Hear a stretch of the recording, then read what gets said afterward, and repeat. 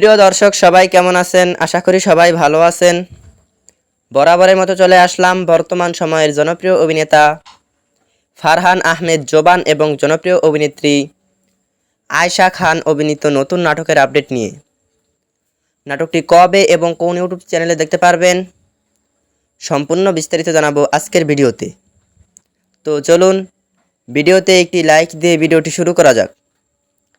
নাট্য ইন্ডাস্ট্রির জনপ্রিয় নাট্য পরিচালক নিকুল কুমার মণ্ডল পরিচালিত নাটক অনামিকা।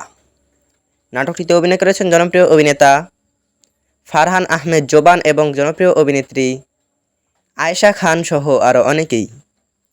2025 সালে মুক্তিপ্রাপ্ত এই নাটকটি দর্শকদের মধ্যে উত্তেজনা তৈরি করেছে।